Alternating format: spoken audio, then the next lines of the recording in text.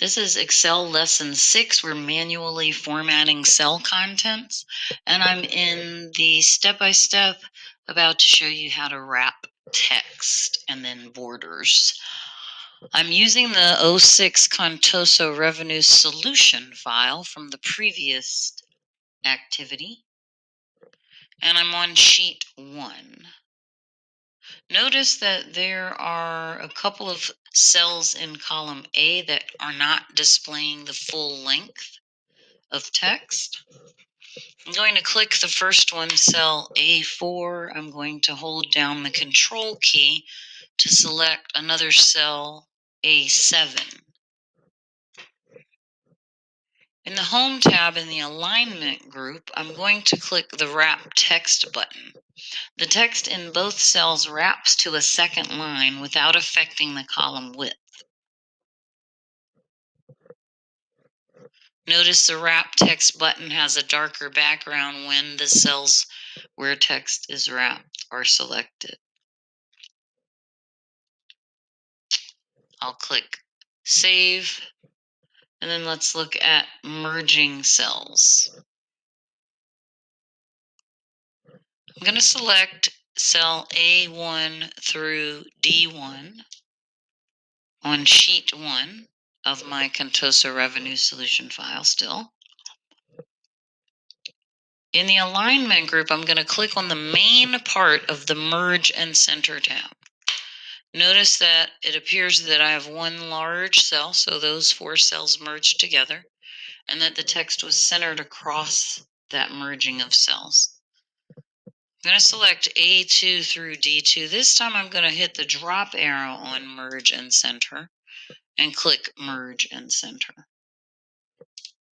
Right, the heading remains in a single cell, which is now centered across all the columns. It's the same effect on A2 through D2 as step 2 had on A1 through D1. Now let's select A3 through D3. I'm going to select that drop down arrow again and select Merge and Center. And I'm going to get an error message. It's going to tell me that if I continue with this, merging cells will only keep the upper left value. So I'll lose all my other values. And I'll click OK. Only the heading remains. I've lost my other values, my months. Let's press Control Z to undo because I didn't want to get rid of my months. And then we'll click Save. Let's look at placing borders around cells. Let's stay with A3 through D3. And in the font group, we have a borders drop-down arrow. I'm going to select top and bottom border for this one.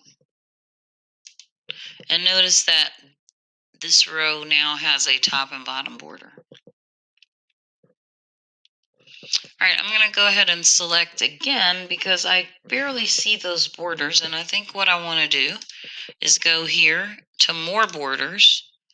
And I think I want to make my borders thicker. So I'm going to select a thicker border. And then I must tell it which borders I want to make thicker. So I'm going to do that. Notice now I have thicker borders there. Okay, I can also change the color of my borders. So let's go back to more borders.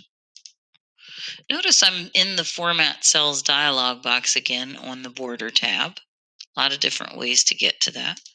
And I'm going to change my border to blue. Notice the border here didn't change yet. I've got to click there to change the border to blue. That wasn't blue enough. Let's go back and do that again. Something that'll stand out a little more. There we go. Now you should be able to see that.